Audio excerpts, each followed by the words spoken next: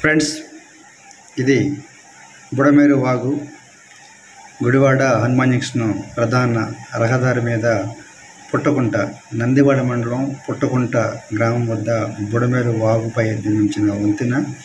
ఈ వంతెన మీద గత వారం రోజులుగా బుడమేరు పొంగి ప్రవహించడంతో రాకపోకలు నిలిపివేశారు. ఇప్పుడు మీరు చూస్తున్న పరిస్థితి ఈరోజు తగ్గుముఖం పట్టింది.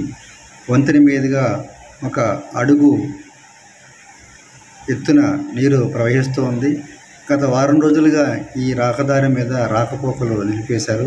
హనుమాన్ జంక్షన్ నుంచి గుడివాడ వరకు ఈ రహదారి మీద ఇది 216H రహదారి, ఇది జాతీయ రహదారి అయినప్పటికీ ఈ బుడమేరు వంతెన, ఈ పుట్టకుంట ఏదైతే ఉందో పుట్టకుంట వద్ద ఈ వంతెన బాగా 3 అడుగులు హైటున ఈ వంతెన ప్రవహించడంతో రాకపోకలు నిలిపేశారు. దీంతో ఈ రోజున తగ్గుముఖం పడటంతో అక్కడ కొంతమంది నాయకులు వచ్చి పరిశీలన చేస్తున్నారు. వాళ్ళు సిపిఐ రామకృష్ణ, అతను సిపిఐ నాయకులు ఈ వరద పరిస్థితిని, బుడమేరు పరిస్థితిని పరిశీలించడానికి వచ్చారు ఈ రోజున. ఫ్రెండ్స్, మరి ఇప్పటివరకు దాదాపుగా వారం రోజుల పాటు ఈ రహదారి మీద రాకపోకలు నిలిచిపోయి హనుమాన్ జంక్షన్ నుంచి అడుగోలను పుట్టకొండ వరకే రాకపోకలు నిర్వహించారు.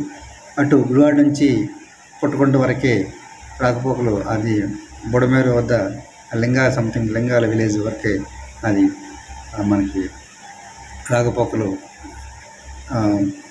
కొనసాగించారు. బహుశా మరో 2 రోజుల్లో ఈ రహదారి మీద రాకపోకలు ప్రారంభించే అవకాశం ఉంది. ఇప్పుడు వంతెన నాణ్యతను కూడా పరిశీలన చేశారు ఈ రోజున. ఆ వంతెన ఏ రకం ఉంది, వరద కారణంగా దెబ్బతిందా అనే పరిశీలన కూడా చేశారు. ఈ రోజునే మొట్టమొదటిసారిగా వంతెన మీదుగా ఒక జేసీబీ సహాయంతో ఆహారాన్ని అందిస్తున్న దృశ్యం మీరు చూశారు. ఇది పుట్టకుంట గ్రామంలో ఉన్న ఇంకా రహదారి మీద ఇంకా వరద ప్రవహిస్తూ ఉంది. ఆ గ్రామంలో ఇంకా నీళ్లు ఇంకా నిలబడి ఉన్నాయి. ఇప్పటికీ గ్రామస్తులకు ఆహారం అందిస్తూనే ఉన్నారు. ఫ్రెండ్స్, మరి దాదాపుగా వారం రోజుల పాటు బుడమేరు వరద విజయవాడ సిటీ నగరాన్ని కొంత భాగాన్ని ముంచేసింది. ఇక్కడ కూడా చూస్తాను, ఇక్కడ ఆరుగోళ్ళ దగ్గర వరి పొలాలు చూసారా ఎలా నల్లగా మాడి మసి కులిపోయినాయి. మొత్తం దాదాపుగా